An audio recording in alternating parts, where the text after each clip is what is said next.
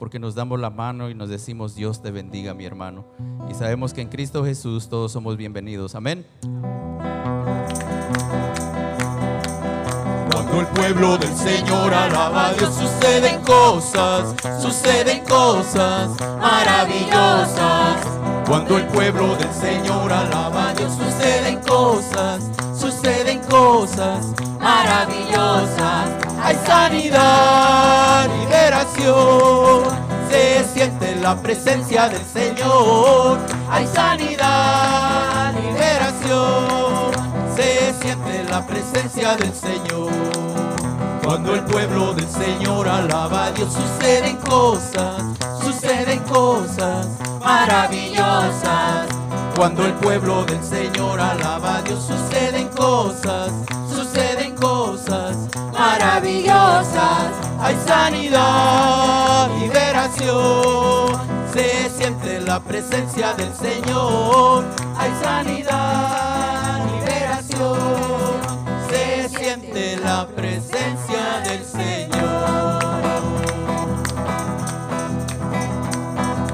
No hay un saludo más lindo que el saludo del cristiano. No hay un saludo más lindo que el saludo del cristiano. Te da la mano y te dice: Dios te bendiga, mi hermano.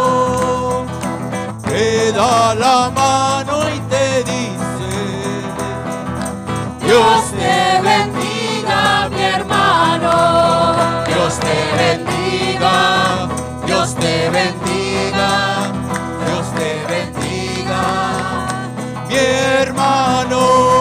Dios te bendiga, Dios te bendiga, Dios te bendiga,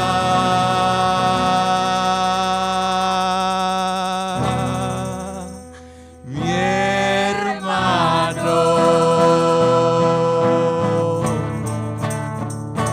Yo te amo en el amor del Señor.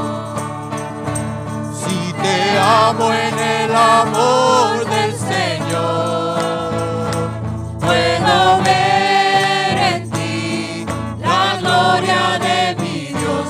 Si te amo en el amor del Señor, yo te amo en el amor del Señor. Si te amo en el amor del Señor,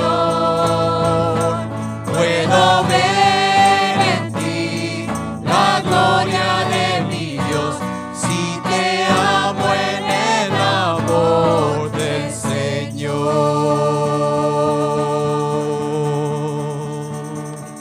Gloria a Dios. Y nos amamos en el amor de Cristo. Y así mismo vamos a inclinar nuestro rostro nuevamente para darle gracias a nuestro Dios Todopoderoso, a nuestro Señor Jesucristo, por la oportunidad que Él nos da de acercarnos hasta el trono de su gracia. Amén. Poderoso Dios, bendito Dios, te damos gracias, Padre, por la oportunidad que tú nos das, Señor, como tu palabra nos enseña, que podemos venir confiadamente hasta el trono de tu gracia, Señor, donde solamente podía entrar el sumo sacerdote. Pero ahora tu palabra nos enseña, Señor, que por gracia podemos entrar hasta el lugar santísimo, no con sacrificios ni con ofrendas, sino con el sacrificio que hizo tu Hijo amado Jesucristo. Nos dio entrada, Señor, con el lavamiento de esa sangre preciosa que derramó en la cruz del Calvario. Ahora podemos sentarnos a la mesa, Señor, todos juntos, y traer a la memoria lo que tú hiciste, Señor, hace más de 2000 años por cada uno de nosotros, dando tu vida para perdón de todos nuestros pecados.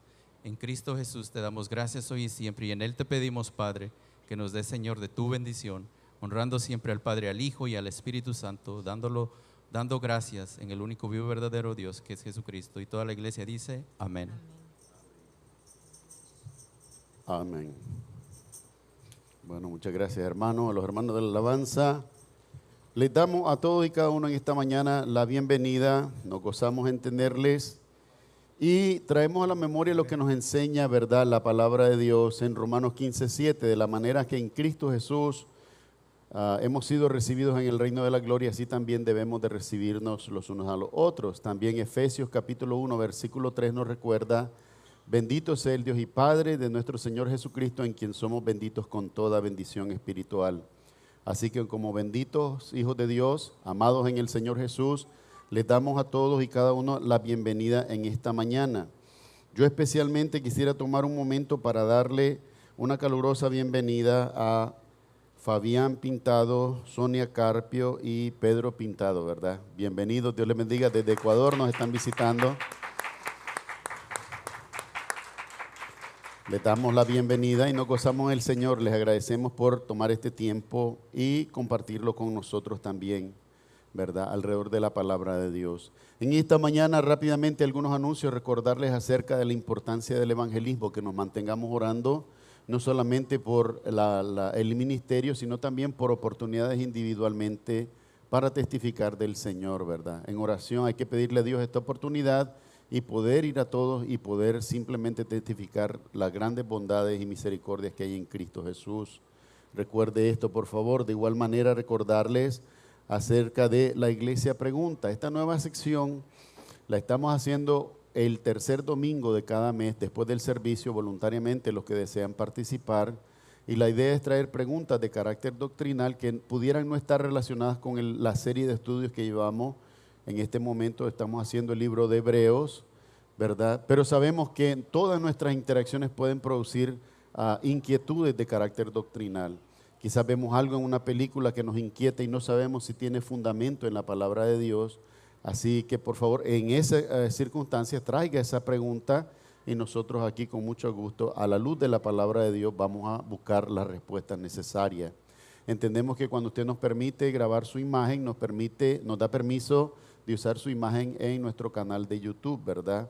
Así que por favor recuerde esto, ténganlo en mente. Para los que desean comunicarse con nosotros y hacernos alguna pregunta de carácter doctrinal, el correo electrónico es cristo.eterno.15@gmail.com, ¿verdad? Ahí puede enviar usted su pregunta. Por favor, regálenos su nombre y de dónde nos está escribiendo, para que así también podamos tener una idea de qué alcance está teniendo el ministerio de la iglesia a través del canal de YouTube, ¿verdad? Todos estos esfuerzos son simplemente para mantenernos todos juntos dentro de la sana doctrina, ¿verdad? La palabra de Dios, lo que enseña la palabra de Dios.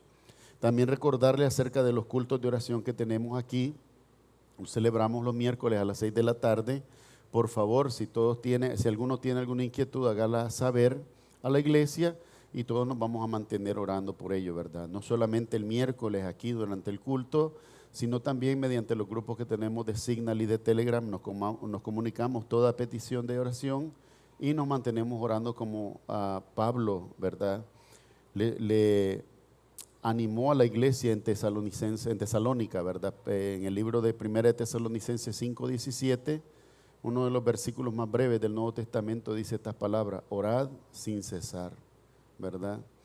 Sé que muchos de ustedes por disciplina y por amor al Señor separan un tiempo para orar, está muy bien, pero la invitación de Pablo era de hacer de la oración un hábito, todo el tiempo permanecer orando. En el momento que usted se da cuenta de la necesidad, orar por ella, interceder los unos por los otros, como nos enseña la Escritura, y esperar de Dios toda respuesta, ¿verdad? Porque a Él siempre es la gloria y la honra.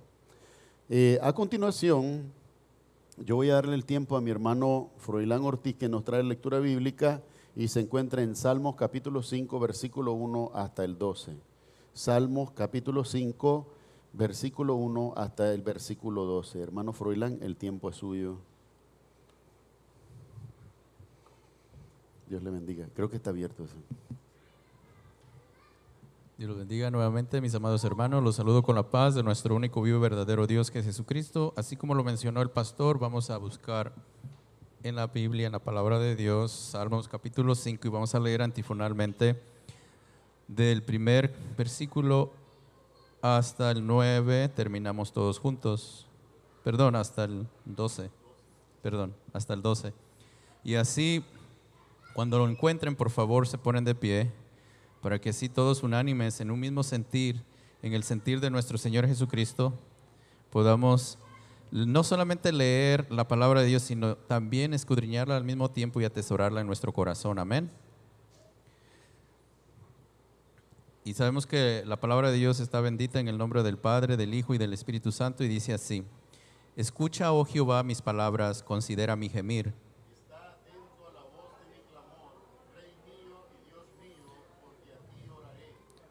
Oh Jehová, de mañana oirás mi voz, de mañana me presentaré delante de ti y esperaré.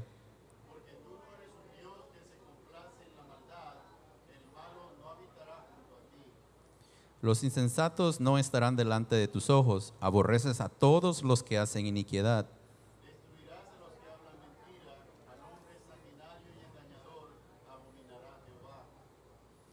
Mas yo por la abundancia de tu misericordia entraré en tu casa, adoraré hacia tu santo templo en tu temor.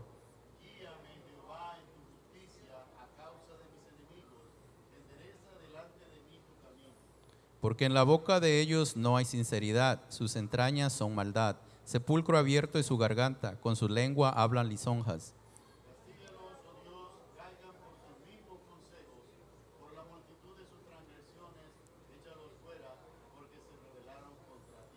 Pero alégrense todos los que en ti confían, den voces de júbilo para siempre, porque tú los defiendes.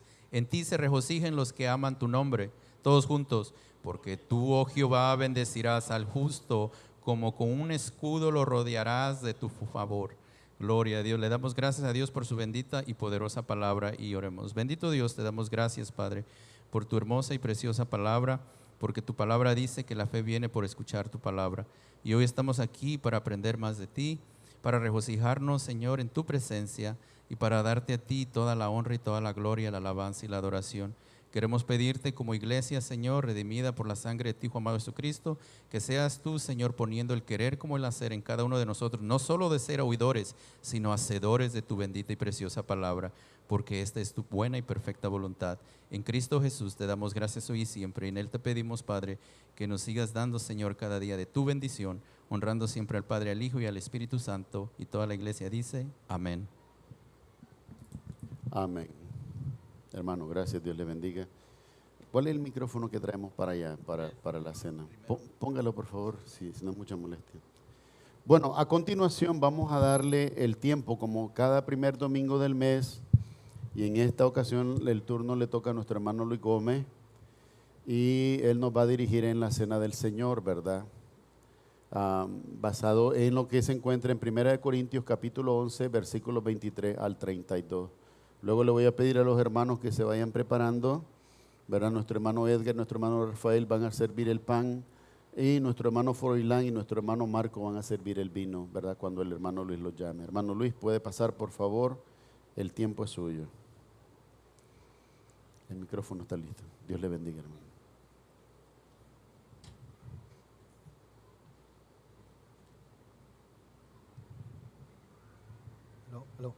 Muy buenos días, hermanos. Es mi deseo que en esta mañana todos estén gozosos, sabiendo de que celebramos la Cena del Señor cada primera semana del mes. Y para mí es un placer estar aquí presente hoy y dar las instrucciones que el Señor le dio a Pablo en ese día para celebrar lo que es la Cena del Señor. Y a continuación, institución de la Cena del Señor. Porque yo recibí del Señor lo que también os he enseñado, que el Señor Jesús, la noche que fue entregado, tomó pan, habiendo dado gracias, lo partió y dijo: tomad, este es mi cuerpo que por vosotros es partido. Haced esto en memoria de mí. Asimismo, tomó también la copa después de haber cenado, diciendo: esta copa es el nuevo pacto en mi sangre. Hacer esto todas las veces que la bebieres en memoria de mí. Así pues todas las veces que comieses este pan y bebieres esta copa, la muerte del Señor anunciáis hasta que Él venga. La Cena del Señor. A veces muchas personas que no saben se preguntan qué es la Cena del Señor. Sabemos que es una representación visible de Cristo por nuestros pecados. Nos recuerda la muerte de Cristo y la gloriosa esperanza de su regreso. Nuestra participación en la cena del Señor fortalece nuestra fe mediante la comunión con Cristo y con otros creyentes, basados en el amor. No debe haber en una congregación egoísmos, diferencias entre hermanos. Debemos estar unidos, así como el Señor lo expresó cuando Él vino a este mundo.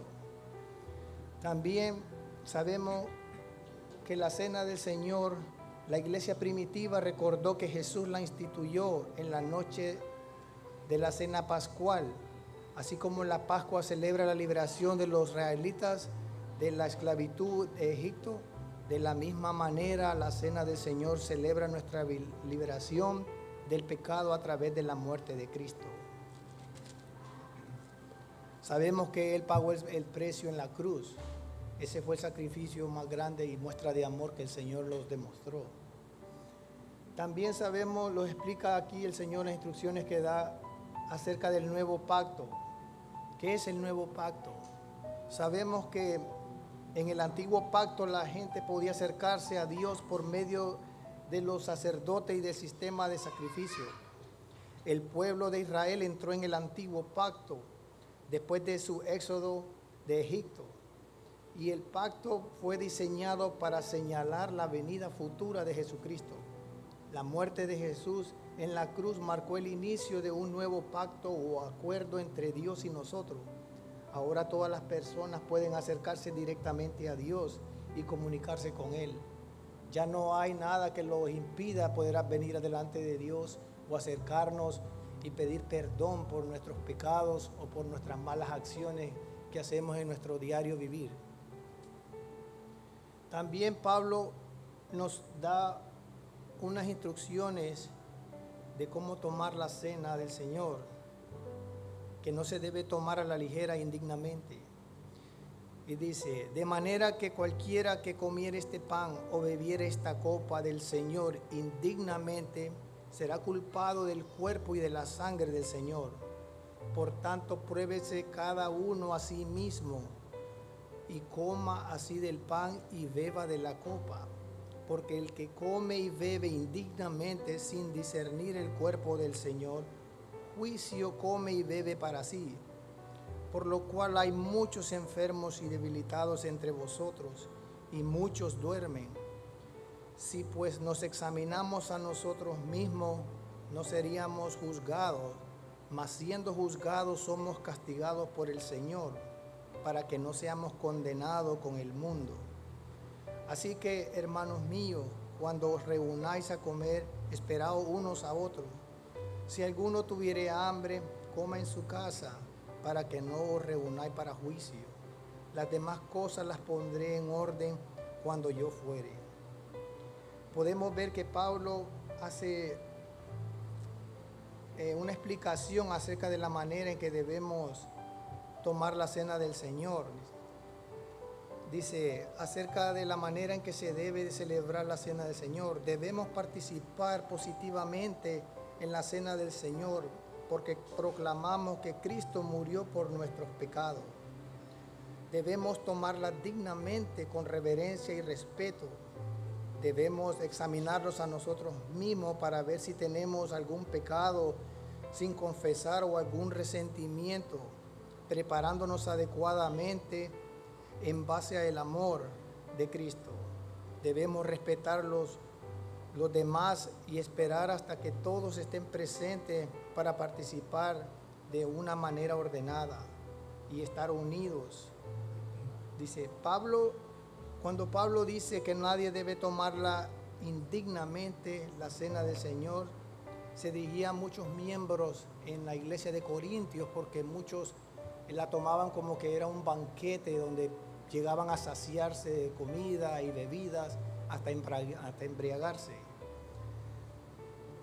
El hecho de que algunos miembros de la congregación habían muerto, esa base de la Biblia lo explica, que ellos dormían, pero es porque era un castigo. La Biblia dice duermen, pero habían fallecido porque no la habían tomado con respeto ni con reverencia, sin implicar el significado, lo que significaba el sacrificio que Dios hizo en la cruz por nuestros pecados.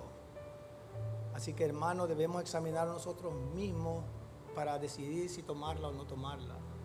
Debemos de estar de acuerdo, unidos, basados en el amor unos contra otros, sin que haya egoísmos o resentimientos contra otros hermanos. Así fue que Dios lo demostró cuando Él vino a este mundo. Ahora le voy a pedir a mis hermanos diáconos que me acompañen.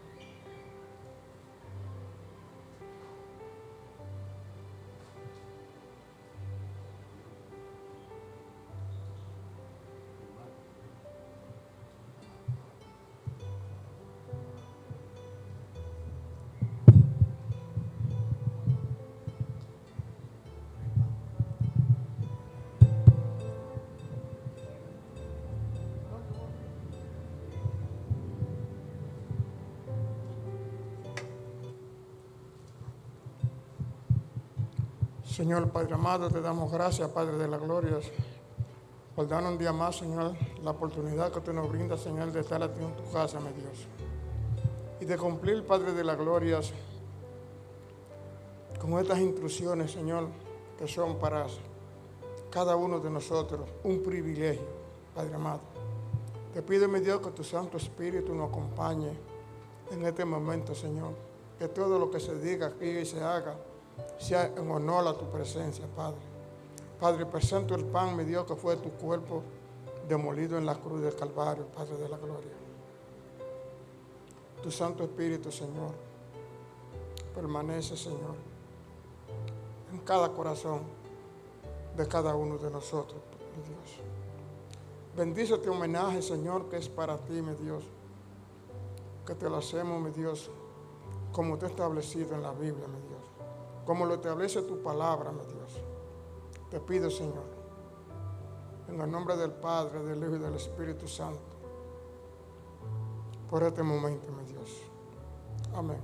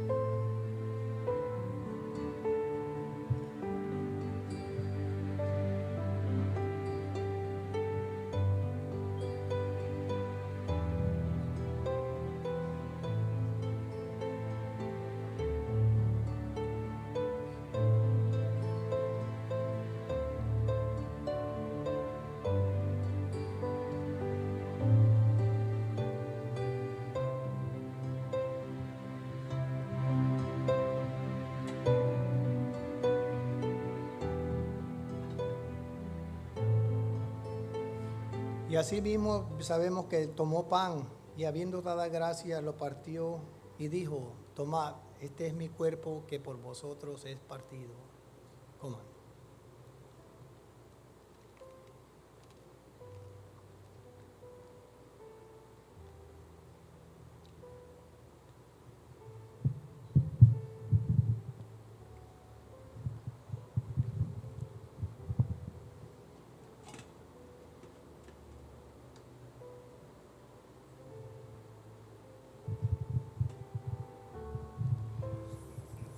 Bendito Dios, te damos gracias, Padre, nuevamente por la oportunidad que tú nos das, Señor, de estar delante de tu presencia, no porque lo merecemos, sino como tu palabra nos enseña, porque tú eres más que bueno. Porque aun siendo pecadores, tú moriste por cada uno de nosotros, Señor, para darnos vida eterna. Este es el nuevo pacto, Señor, que tú, oh Dios, nos enseñas en tu palabra, que ya no es por obras, porque no podemos hacer nada para llegar, Señor, hasta el trono de tu gracia, más que solamente por el sacrificio que tú hiciste en la cruz del Calvario. Ya no es más por la ley para estar, Señor, delante de ti, sino ahora es por gracia, porque la gracia es la que nos enseña que hemos recibido lo que no merecemos, Señor, que es el perdón de todos nuestros pecados. Y hoy traemos a la memoria, Señor, lo que tú hiciste en la cruz del Calvario, dando tu vida por cada uno de nosotros, porque tú no haces acepción de personas. Tu palabra dice que todos somos bienvenidos en Cristo Jesús, y tenemos que venir humildemente recibiendo el perdón que tú, oh Dios, nos das cada día de todos nuestros pecados. Tú perdonaste nuestros pecados pasados, presentes y futuros, porque para ti, Señor, no hay nada imposible. Gracias te damos por esta sangre que fue derramada en la cruz del Calvario, mostrando, Señor, que tú eres nuestro Salvador, nuestro Redentor. Tú eres el todo para nosotros, porque tu palabra dice que separados de ti, nada podemos hacer. En Cristo Jesús te damos gracias hoy y siempre, y en Él te pedimos, Padre, que nos dé, Señor, de tu bendición. Amén.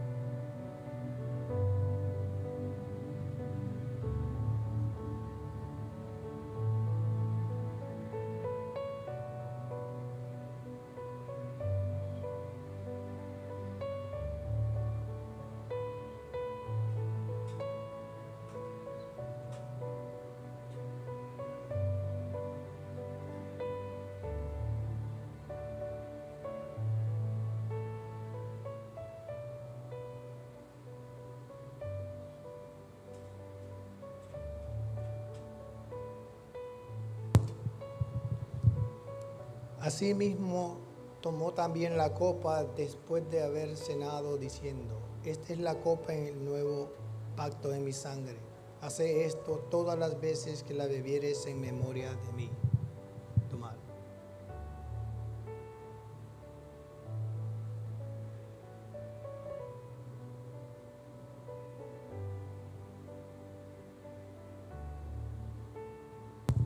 Asimismo, damos gracias en este día, donde venimos y recordamos el sacrificio que el Señor hizo en la cruz del Calvario. También podemos entender el sacrificio más grande de amor que el Señor hizo en la cruz del Calvario por amor a nosotros, sus hijos. En Cristo Jesús le damos gracias por todo lo que Él ha hecho y sigue haciendo en la vida de cada uno de nosotros. Amén. Uno. Amén.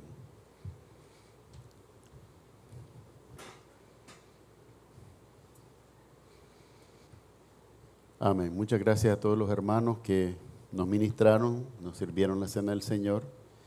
Y muchas bendiciones para todos ustedes que participaron, ¿verdad? Bendiciones a los que nos ven en línea también. En esta mañana, antes de pasar al estudio de hoy, quisiera pedirle a los niños que pudieran pasar con sus maestros a la escuela bíblica, la escuela dominical, que el Señor los bendiga y levante de ustedes una generación que resplandezca para la gloria de Cristo, la gloria del Señor.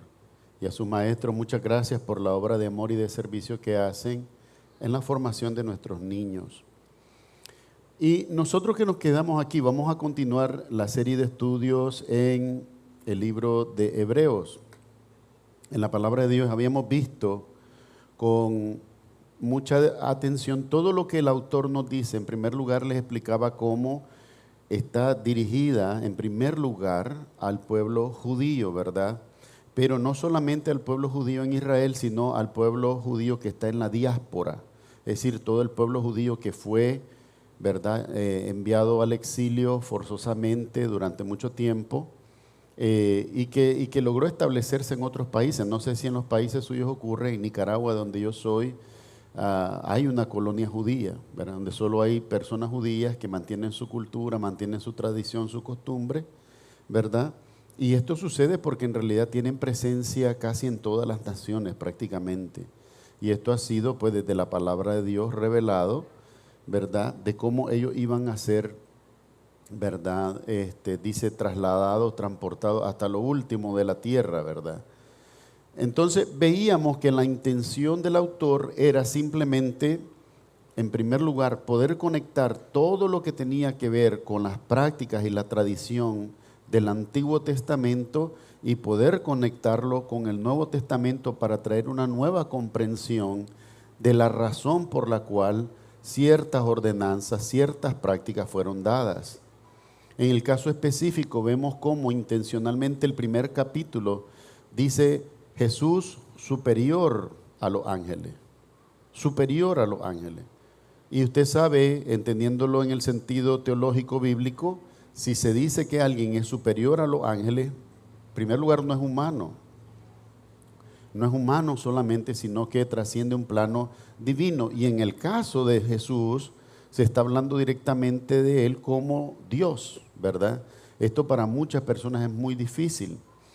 Entendiendo en el precepto, la naturaleza, lo que enseña, la gente dice en su corazón, Jesucristo no puede ser Dios porque Dios no puede morir, ¿verdad? Esa es la primera afirmación. Déjeme decirle por qué esa afirmación está incorrecta. En primer lugar, el Dios del que habla la Biblia es todopoderoso. Tiene el poder y Jesús lo dijo de esta manera. No sé si usted alguna vez ha reflexionado. ¿Qué palabras son estas? Jesús dijo, nadie me quita la vida. Tengo poder para poner mi vida y tengo poder para volverla a tomar. Eso no lo dice un ser humano consciente de su mortalidad. No lo dice ninguno. Pero Cristo dijo estas palabras y fueron para despertar en nosotros una conciencia de su trascendencia. El capítulo 2 nos dice Jesucristo mayor o superior a Moisés. Ahora está tocando con algo muy delicado, muy amado por la cultura y la tradición judía. Es decir, para el pueblo judío, Moisés, el siervo de Dios, lo máximo, ¿verdad? Es casi una figura de la que no se puede tocar y no se puede hablar. Y les he dicho a ustedes, cuando nosotros vemos la Escritura, nosotros entendemos que antes de su llamado por Dios para ser usado para la liberación de Israel del pueblo de Egipto, Moisés cometió homicidio. Y dice la palabra de Dios que lo hizo, ¿verdad? En el testimonio de Esteban predicando en Hechos capítulo 9, lo hizo pensando que el pueblo de Israel entendería que él era el libertador que Dios había enviado. Pero el pueblo de Israel no lo entendió así, ¿verdad? Sino que después de matar al egipcio, la siguiente vez que encuentra a dos judíos peleando, les dice, ¿y ustedes por qué pelean si son hermanos? Y uno de los judíos, bien violento, le dice, ¿y quién te ha puesto a ti por juez? ¿Acaso me vas a matar como mataste al egipcio el otro día? Y Moisés, lleno de miedo, ¿qué hizo? Huyó al desierto por 40 años.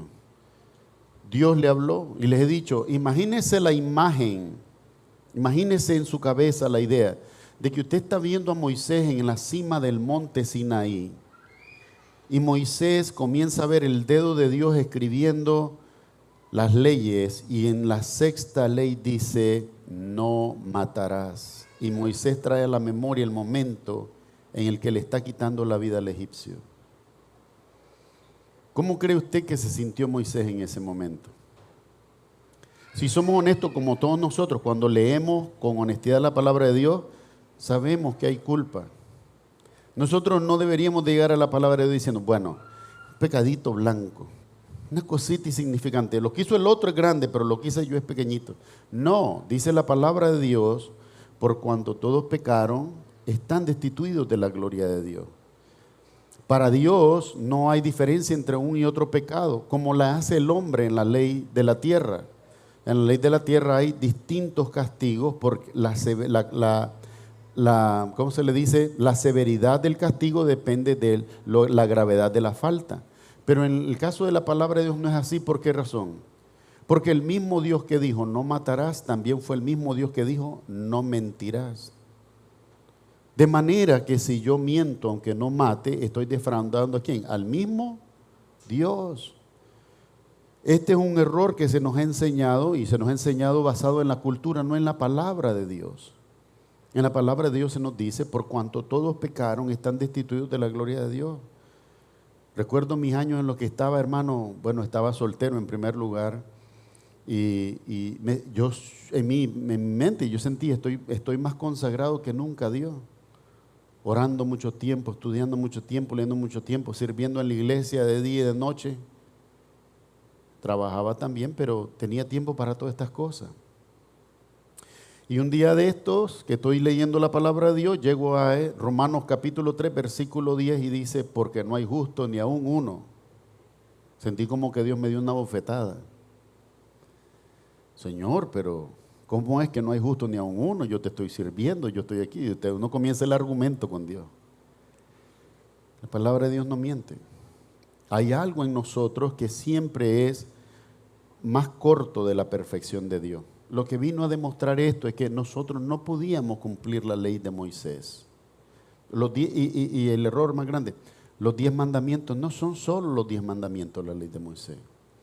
La ley de Moisés tiene más de 480 ordenanzas religiosas y más de 630 ordenanzas civiles. Son más de 1000 mandamientos. En la ley de Moisés dice que si por accidente el buey de mi vecino mata a mi buey, entonces yo voy y mato al buey del vecino. Nosotros no hacemos eso.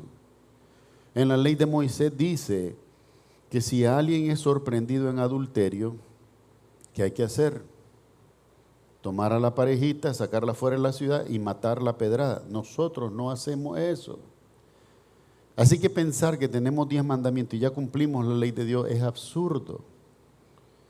Le hablaba a unos amigos adventistas que me decían, ustedes están pervirtiendo la palabra de Dios enseñando que el día del Señor es el domingo, el día del Señor es el Shabbat, es el sábado, y es el sábado que se honra.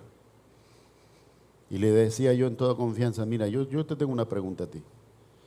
Ustedes cuando llegan de la iglesia el sábado después del culto que tienen, y llega a la casa, ¿no enciendes el fuego para calentar los frijolitos y el arroz y comer? Oh, pues claro que sí, tenemos que comer. ¿Y qué dice Levítico 23:5? Dice, no encenderás fuego en el día del Señor. Y tú estás encendiendo el fuego para comer, porque necesitas comer, no vas a hacer ayuno. Pero te das cuenta que hasta en eso fallas a la ley de Dios. Mi amado hermano, la ley de Dios nos fue revelada, ¿sabe para qué?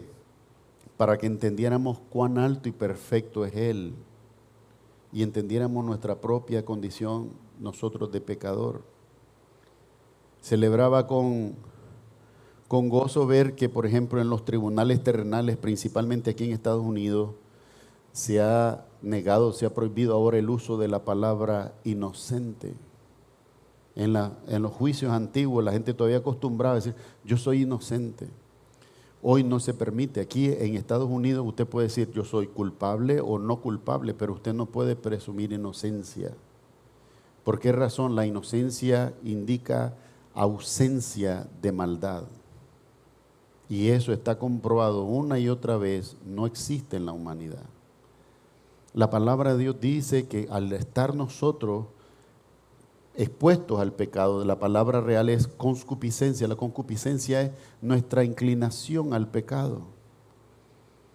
Cuando usted tenga curiosidad, lea la autobiografía de Martín Lutero. Dice él, una de sus grandes luchas era la lucha contra malos pensamientos que le venían a la cabeza. Y narra él que en una ocasión se encerró en su cuarto, como era la costumbre, se rompió la ropa que tenía y comenzó a flagelarse la espalda para que no se le vinieran malos pensamientos. Pues esa noche se le fue la mano y de tanto golpearse cayó desmayado. Y al día siguiente, cuando se despertó, la primera cosa que le vino fue un mal pensamiento. Fue un mal pensamiento. Y es porque la concupiscencia en nosotros es esa inclinación hacia la maldad. A veces no lo hacemos solamente en el sentido de lo que queremos cometer, sino aún en la desconfianza que ponemos en otros sin ni siquiera conocer la intención. Y esto no es bueno. Y esto nos demuestra cuán cortos nosotros estamos de los estándares de Dios. Luego vemos en el capítulo 3 cómo se nos habla acerca de Jesucristo como el intercesor, el mediador de un nuevo pacto. En el capítulo 4 se nos dice, Jesucristo fue tentado en todo como nosotros, pero sin pecado. Sin pecado. Esta es una de las conversaciones que he tenido más serias con toda mi familia. Mi familia, incluso yo, pues, procedemos de la tradición católica en Nicaragua. Y el debate más grande ha surgido de que les decía yo, con todo amor en Cristo, yo les ruego a ustedes, muéstrenme un solo versículo en la Biblia que diga que María no cometió pecado. Muéstreme uno. Y me decía, bueno, yo te puedo preguntar lo mismo. Me decían, dime dónde cometió pecado. Entonces lo llevaba al capítulo 1 de Mateo y les decía, mire este pasaje que se llama el Cántico de María.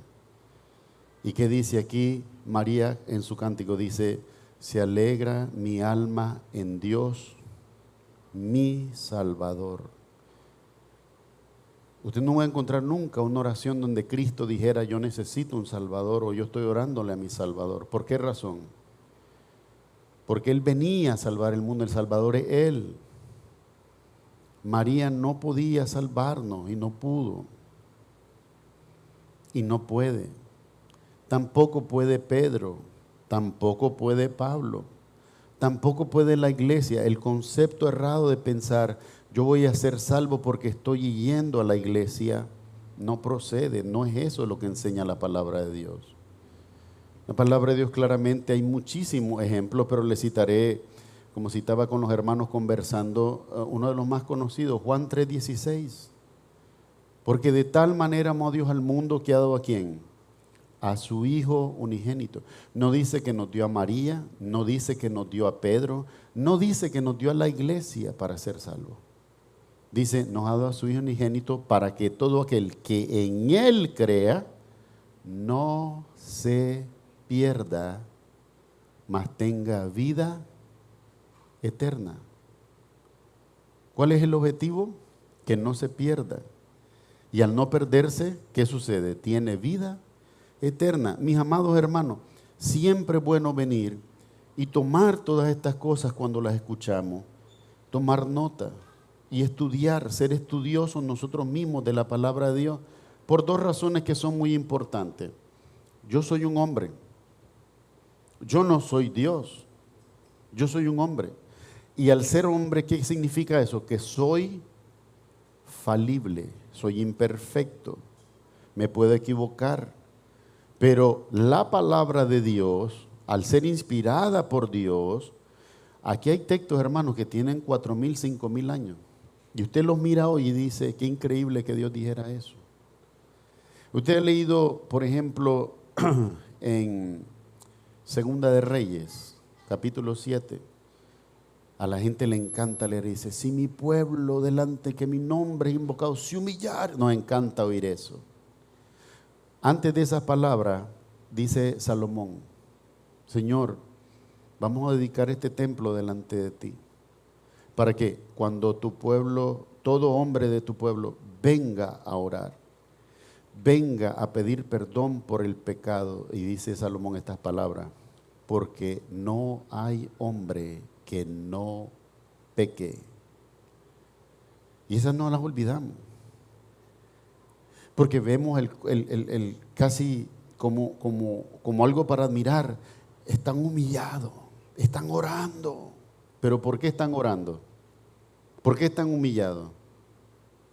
Porque hay pecado en primer lugar y tenemos que admitirlo delante de Dios.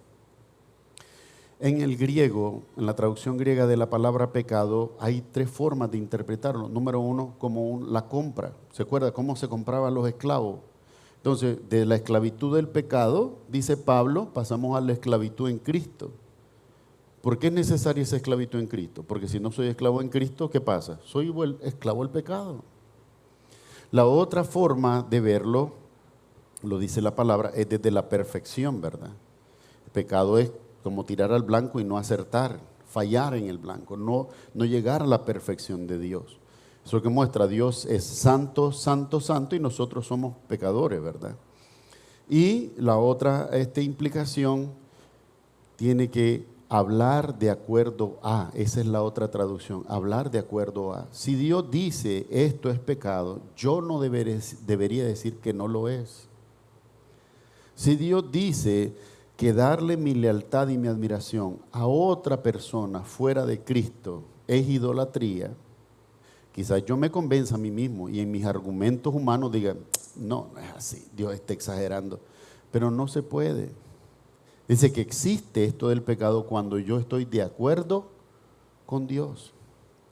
Veíamos también el capítulo 6 que llama a Jesucristo sumo sacerdote según el orden de Melquisedec, y en el capítulo 7 se nos explica que ese Melquisedec que recibió los diezmos de Abraham es Cristo. ¿Usted se acuerda lo que pasó en Juan capítulo 10? Jesús le dice a los fariseos, Abraham vio mi día y se gozó. ¿Y qué le dijeron los fariseos a Jesús? Demonio tienes, dice, no tienes ni 50 años y Abraham vio tu día. ¿Pero qué estaba diciendo Jesús? Que él tenía una preexistencia.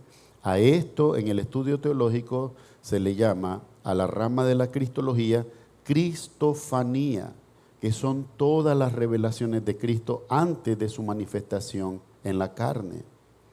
Nosotros vemos que hay un ángel hablando con Manoa en Jueces capítulo 13, versículo 6, donde Manoa, el papá de Sansón, le dice, dime tu nombre para que yo, cuando ofrezca sacrificio en el altar, te honre.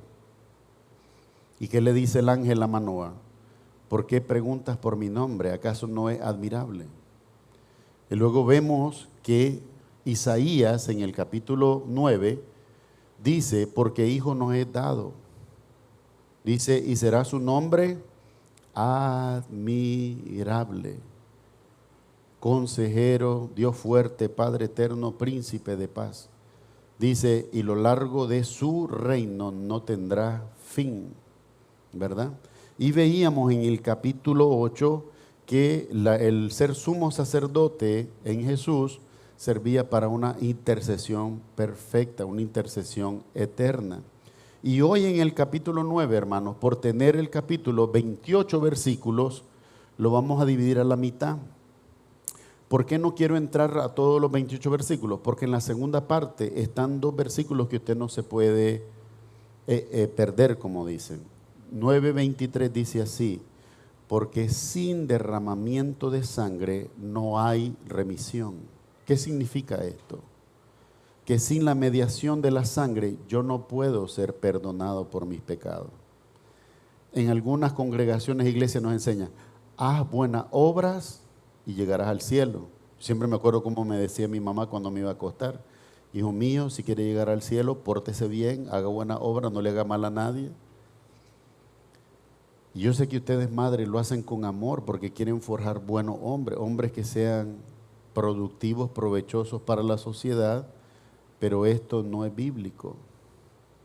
la única forma de llegar al cielo lo dice Juan capítulo 14, versículo 6, Jesucristo hablando, yo soy el camino, yo soy la verdad, yo soy la vida y nadie viene al Padre sino por mí. Mi amado hermano, ¿cómo quisiera decirle? Mire, si asistimos a la iglesia, estamos bien con Dios.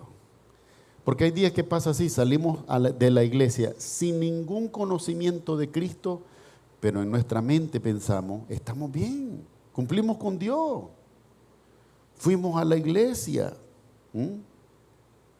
Tenía un familiar mío, un tío que él iba a la iglesia, ¿verdad? Tenían ese día, ¿verdad? La Eucaristía, tomaba la hostia, la comía. Y después llegaba en la tarde de ese domingo, llegaba a la casa y comenzaba a beber. Yo le decía, pero no cree que están... No, dice, ya cumplí con mis obligaciones. Mira, fui, tomé la Eucaristía, di la limosna, estoy bien con Dios ya. Y la Biblia no dice eso. La Biblia no enseña eso. La Biblia dice que en realidad, aunque quererlo es bueno, pero no podemos estar bien con Dios si no es en los términos de Dios mismo. Y la manera de estar bien con Dios es mediante su Hijo, dice la palabra de Dios.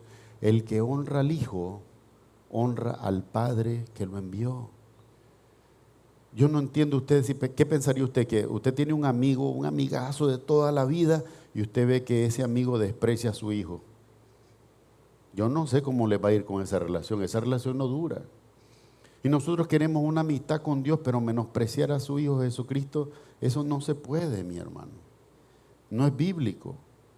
Dice, para que como todos honran al Padre, honren también ¿a quién? Al Hijo. Nadie puede honrar al Padre si no honra al Hijo a quien Él envió. No se puede. Y hoy vamos a ver, dentro de estos primeros 14 versículos, cómo se hace la comparación con el tabernáculo antiguo que le fue instruido a Moisés construir y Jesucristo, ¿verdad? Como autor de una eterna redención. Mi amado hermano, ¿usted quiere dormir tranquilo en la noche sin ningún temor de la muerte? Confía en Cristo. Confía en Cristo. Hay días que la mente comienza a maquinar. ¿Qué va a pasar cuando esté morir? Jesucristo dijo, mi paz os dejo, mi paz os doy. Yo no la doy como la del mundo. ¿Cómo nos da la paz el mundo? ¿Ah? Hermano, mire, esto no necesito ni decírselo, hermano. Cuando alguien esté en vicio, sobra quien le dé para que se continúe matando. Si estás en droga, sobra quien te regale droga. Y en alcohol lo mismo. Pero ¿por qué se te separan tantos amigos cuando vienes a los caminos del Señor? Porque la amistad con Dios, dice la palabra, es enemistad con el mundo. Yo recuerdo a los 19 años cuando yo llegué a todo, tenía un grupo de amigos muy, muy grande. ¿Verdad? No voy a decir que era Mr. Popular tampoco, ¿verdad? No era así, pero creía que tenía muchos amigos así. Y cuando llegué le dije, miren, me pasó algo maravilloso. Yo no les puedo terminar de contar qué es lo que es, pero fui al culto y recibí a Cristo como mi Salvador. Hermano, se fueron toditos, se fueron como que tenía lepra. No lo volví a ver. Hay uno de los que no volví a escuchar. Ya cumplí 50 años, 31 años de eso, y se fueron. ¿Y por qué se fueron? ¿Qué me ayudó a entender eso a mí? Dios, ¿qué me ayudó a entender con eso a mí? Que el mejor amigo está ahí siempre. Y ese amigo para ti, para mí, ¿sabe quién es? Jesús. A quien podemos orar, con quien podemos hablar, a quien podemos decirle de nuestras preocupaciones, de nuestro dolor, de quien podemos agradecerle por su sacrificio que nos da la esperanza nueva. La palabra de Dios, hermano, bendita y santificada por Él, dice así de la siguiente manera, Hebreos capítulo 9, versículo 1 hasta el 14. Ahora bien, aún el primer pacto tenía ordenanzas de culto y un santuario terrenal. porque el tabernáculo estaba dispuesto así. En la primera parte, llamada el lugar santo, estaban el candelero, la mesa y los panes de la proposición. Tras el segundo velo estaba la parte del tabernáculo llamada el lugar santísimo, tras el cual tenía un incensario de oro y el arca del pacto cubierta de oro por todas partes, en la que estaba una urna de oro que contenía el maná, la vara de Aarón que reverdeció y las tablas del pacto. Y sobre ella los querubines de gloria que cubrían el propiciatorio, de las cuales cosas no se puede ahora hablar en detalle. Y así dispuestas estas cosas en la primera parte del tabernáculo, entran los sacerdotes continuamente para cumplir los oficios del culto. Pero en la segunda parte, solo el sumo sacerdote, una vez al año, no sin sangre, la cual ofrece por sí mismo y por los pecados de ignorancia del pueblo, dando el Espíritu Santo a entender con esto que aún no se había manifestado el camino al lugar santísimo, entre tanto que la primera parte del tabernáculo estuviese en pie, lo cual es símbolo para el tiempo presente, según el cual se presentan ofrendas y sacrificios que no pueden hacer perfecto en cuanto a la conciencia al que practica este culto, ya que consiste solo de comidas y bebidas, de diversas abluciones y ordenanzas acerca de la carne impuestas hasta el tiempo de reformar las cosas. Pero estando ya presente Cristo, sumo sacerdote de los bienes venideros, por el más amplio y más perfecto tabernáculo, no hecho de manos, es decir, no de esta creación, y no por sangre de machos cabríos ni de becerros, sino por su propia sangre, entró una vez para siempre en el lugar santísimo, habiendo obtenido eterna redención. Porque si la sangre de los toros y de los machos cabríos y las cenizas de la becerra rociada a los inmundos santifican para la purificación de la carne, cuánto más la sangre de Cristo, el cual mediante el Espíritu eterno se ofrece a sí mismo sin mancha a Dios, limpiará vuestras conciencias de obras muertas para que sirváis al Dios vivo. Que el Señor añada bendición a su palabra. Vamos a orar. Amado Padre Celestial, en esta mañana gracias te damos por tus misericordias que son nuevas cada mañana. Gracias por este tiempo y este espacio que tú nos has permitido, Señor, en el cual podemos ser edificados. Gracias por guardar tu palabra de todos los ataques de sus enemigos a través de los siglos y preservarla intacta para que en esta mañana nos podamos alimentar de ella.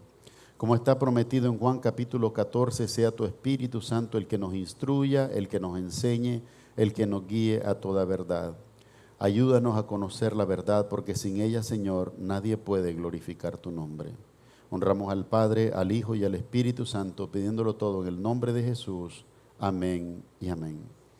Amados hermanos, en el estudio exposicional, ¿verdad? Nosotros vamos versículo por versículo y vamos analizando los postulados, las palabras, el uso que se da de la Escritura y poder ver qué aplicación nosotros podemos encontrar hacia nuestra vida el día de hoy.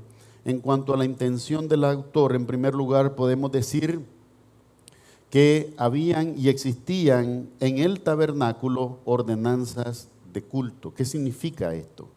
Significa, y lo decía el domingo pasado que veíamos capítulo 8, dice que Moisés recibió el diseño de cómo hacer el tabernáculo y dividirlo en un lugar santo y un lugar santísimo, ¿verdad? Y qué instrumentos deberían de haber allí. Todas estas instrucciones le fueron dadas a él por lo que conocemos como el canon. Dice que hay un tabernáculo en los cielos, ¿verdad? Del cual se le dio instrucción a Moisés que hiciera una copia de ese en la tierra. Ahora bien, de la misma manera, al haber un tabernáculo, entonces se le instruyó a Moisés, ¿qué cosa? Cómo debía de hacerse el culto en ese tabernáculo. Y dice aquí, ahora bien, aún el primer pacto, cuando dice el primer pacto, ¿a qué se refiere? La ley de Moisés. Aún el primer pacto tenía ordenanzas de culto. Ordenanzas de culto. Dice la palabra de Dios, y si usted tiene curiosidad, lea Levítico y Deuteronomio específicamente, que detallan al máximo todo lo que se tiene que hacer. en la mañana el sacerdote tenía que hacer un bañado, un lavado ceremonial de sí mismo para limpiarse de las impurezas. Y el primer sacrificio del día que ofrecía el sacerdote lo ofrecía ¿por quién? Por él mismo, por sus pecados. Por sus pecados. Y a veces nosotros pensamos, no, pero el sacerdote no puede tener pecado. Eso no lo dice Dios, lo decimos nosotros en nuestra mente. En nuestra mente, la palabra de Dios dice, todo hombre peca. Ahora, no todos pecan de la misma manera, por supuesto. Pecamos de manera diferente, de acuerdo a la debilidad. Pero dice aquí, ahora bien, el primer pacto tenía ordenanzas de culto y un santuario, ¿qué cosa? Terrenal, significa que no es un santuario celestial. Pensar que ese santuario es celestial es un error. Es como yo les digo a muchos de ustedes, y lo digo sin ofender. Este edificio no nos pertenece a nosotros. Nosotros no podemos, si decimos que este lugar es santo, es solamente por ustedes que están aquí, que han sido santificados en Cristo. Pero si el landlord nos pide, miren, yo necesito mi propiedad, regresen, nosotros se la regresamos y ahora el landlord se le antoja hacer una discoteca aquí. ¿Quién se lo va a impedir? Nadie. No, yo sé que muchos de ustedes me miran como que si no pudiera pasar. Claro que puede pasar. El dueño de este edificio, en primer lugar, yo no sé si es creyente o no, nunca he tenido esa conversación con él, pero sí les puedo decir, es un hombre de negocio. Y como hombre de negocio, él va a buscar su dinero. No piense que este lugar ya fue consagrado a Dios y entonces este lugar no puede ser más que iglesia, no es cierto. O alguien que me diga que este púlpito, por haberse predicado la palabra de Dios, que este púlpito es santo. O que la silla donde usted está sentada es santo. La palabra dice que santos son ustedes. Ustedes son la iglesia. La iglesia no es el edificio. Ustedes son la iglesia. Porque Dios, cuando ustedes creen de acuerdo a la palabra de Dios en Juan capítulo 14, Dios viene a morar en ustedes. Ustedes son la iglesia de Cristo. Ahora bien, dice aquí, porque el tabernáculo estaba dispuesto así, dice. Esta era la disposición del tabernáculo, es como estaba ordenado, dice así. En la primera parte, cuando usted entraba, llamada el lugar santo, ¿qué es lo que había? Estaba en el candelero. ¿Qué es el candelero? La menorá de 7 brazos. La menorá de 7 brazos tenía la instrucción por parte de Dios en Levítico de que tenía que ser llenada de aceite de oliva virgen. Y ese candelero tenía que pasar las 24 horas encendido, no podía apagarse. Si el sacerdote se dormía y no rellenaba de aceite el candelabro y el candelabro se apagaba, todos esos levitas de ese turno eran castigados por Dios. No por los hombres, por Dios. Dice también que había una mesa y en la mesa habían los panes de la proposición. Cuando estaba la mesa y los panes de la proposición, esos panes tenían que estar sobre la mesa ¿por cuánto tiempo? Panes sin levadura, no con levadura, como una, bueno, no sé si todos conocen la tortilla, ¿verdad? Pero un pan plano así, ¿verdad? Arepa le dicen en Sudamérica, ¿verdad? Pero sin levadura, sin levadura. Entonces, esto que estaba puesto ahí tenía que estar 12 horas. Iba desde la oración de la mañana, que era aproximadamente a las 6 de la mañana, hasta la oración de la tarde, a las 6 de la tarde. Cada vez que se hacía la oración, después de eso tenían que cambiarse los panes por panes nuevos. Cuando David anda huyendo de Saúl, que lo quiere matar, él y su hombre se detienen en uno de los templos, en una de las sinagogas, y encuentran pan. Había pan de la proposición. Y dice la palabra de Dios, Jesús, cuando habla a los fariseos que le dijeron, ¿por qué tus discípulos comen espigas en el día de reposo? No les es lícito cortar espigas. Y se estaban muriendo de hambre los discípulos de Jesús.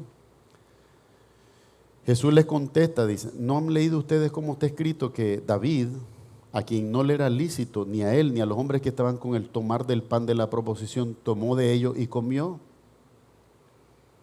¿Por qué comió David? Porque tenía hambre. Y dice Jesús, aprended lo que significa misericordia quiero y no sacrificio, porque si lo entendieras no condenarías al justo. Esta es la reprensión. Porque para Dios no era importante el pan en la mesa, era importante la vida. La vida es más importante que la mesa. Y esto quiero que lo entiendan. Ustedes son más importantes que la silla. Ustedes son más importantes que el edificio. Porque por ustedes dio la vida de Cristo. Cristo no dio la vida por edificio. Mi amado hermano, el que ha leído al apóstol Pedro sabe lo que dice la Escritura. Todo lo que conocemos, dice, va a ser consumido por fuego. Todo lo que vemos. Antes de que surjan cielos nuevos y tierras nuevas, dice, la creación va a ser doblada como un manto. Y los elementos ardiendo, dice, se fundirán. Y a veces nosotros conocemos, ¿qué va a pasar con la estatuota que hay allí, la catedralota y el edificio? Dice la palabra de Dios, cuando Dios sea establecido, solamente Él será digno de honra y gloria. Cuando la creación sea restablecida a su estado original, solamente Dios será digno de honra y gloria. Dice así, estaba en el candelero y la mesa con los panes de la proposición, panes sin levadura. Tras el segundo velo estaba la parte del tabernáculo llamada el lugar santísimo. ¿Verdad? En latín dice el sanctum sanctorum, dice, el lugar más santo, donde estaba la presencia de Dios, entre comillas, que tenía un incensario de oro y el arca del pacto, cubierta de oro por todas partes. El arca del pacto, ustedes saben, dicen que es uno de los tesoros más codiciados por encontrar. No entiendo por qué, tal vez por el oro que tiene afuera, pero en el término teológico no tiene mayor significado. Porque mayor es el hijo que el arca. Pero en este sentido, hermano, en la descripción, mire qué interesante, había un incensario de oro. Y aquí vamos, porque va a decir más adelante que al lugar santísimo solamente el sumo sacerdote, ningún sacerdote regular. Es decir, estos sacerdotes votaban alrededor de un año, más o menos aproximadamente, para elegir al que fuera el sumo sacerdote de ese periodo. Y ese sumo sacerdote, una vez al año, en la fiesta de Yom Kippur, que es la fiesta de la redención, en septiembre, entraba al lugar santísimo. Pero ¿sabe cómo entraba, hermano? Entraba con una campanita y una soga amarrada al pie. Y comenzaba a ofrecer el incienso alrededor del lugar santísimo. ¿Por qué ofrecía incienso? Porque tenía que entrar con sangre en primer lugar. Y al poner sangre, él tenía que derramar la sangre sobre los querubines en la tapa del... ¿Y qué pasa con la sangre, hermano, cuando ya han pasado 3 días? Hiede. Y cuando han pasado 7, o un mes, o un año... un olor a muerte. Dice que entraban con el incensario después de ofrecer el sacrificio para que todo el lugar que pasaba se aromatizara, porque había olor a sangre, ¿verdad? Entonces, cuando ese sacerdote, sumo sacerdote, entraba ahí, pero tenía pecado que no había confesado a Dios y que nadie sabía, ¿qué hacía Dios con él? Caía muerto ahí mismo. Y después de cierto tiempo, cuando escuchaban que ya la campanita no estaba sonando, que no se estaba moviendo, ¿qué hacían? Entre todos jalaban la cuerda para sacar el cuerpo muerto. Mi amado hermano, si hay un lugar donde los hombres, los sacerdotes, sean santos, es en tu cabecita y en la mía. Porque el único santo, cuando digo santidad, es ausencia de pecado. El único es Dios. Pero cuando yo digo que un hombre, que la palabra dice que peca, pero yo digo que es sin pecado, eso para mí Dios lo considera idolatría. Porque estoy poniendo a un hombre al nivel de Dios sin que lo sea. Óigame bien lo que le estoy diciendo. Elevar a un hombre a ser Dios es pecado. Y alguno me dirá, pero pastor, ¿y entonces qué hacen con Cristo? No. Cristo vino del cielo y se hizo hombre. Cristo es Dios hecho hombre. Pero cuando usted y yo decimos que un sacerdote, que además, hermano, hasta en eso Dios mire la misericordia que tiene para con nosotros, al poco tiempo lo vemos morir. ¿Por qué mueren? Aquí decía en el capítulo 7 que el sumo sacerdocio de Jesucristo te conviene a ti y me conviene a mí, porque por cuanto ya no muere, intercede para siempre por los que creen en Él. Si yo intercedo por ti, vive Dios que va a haber un día en que ya no voy a poder interceder por ti. ¿Sabes por qué? Porque yo voy a morir. A menos que Cristo venga antes a traer su iglesia, está destinado para mí un día, determinado para mí un día, en que voy a descender con mis antepasados al sepulcro. ¿Y por qué yo no tengo miedo de este día? Porque creo lo que dice la palabra de Dios en 1 Corintios 15. Dice así: es necesario que esto mortal se vista de inmortalidad y que esto corruptible se vista de incorrupción. Entonces se cumplirá la palabra que dice: sorbida es la muerte en victoria. La palabra de Dios promete al creyente verdadero que nos vamos a levantar del sepulcro, de entre los muertos.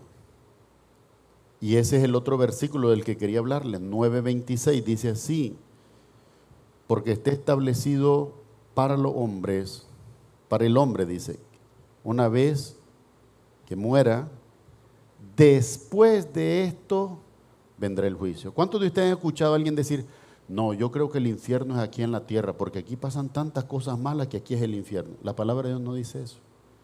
La palabra dice que vamos a morir y después de nuestra muerte física vamos a ser resucitados para tener un juicio delante de Dios.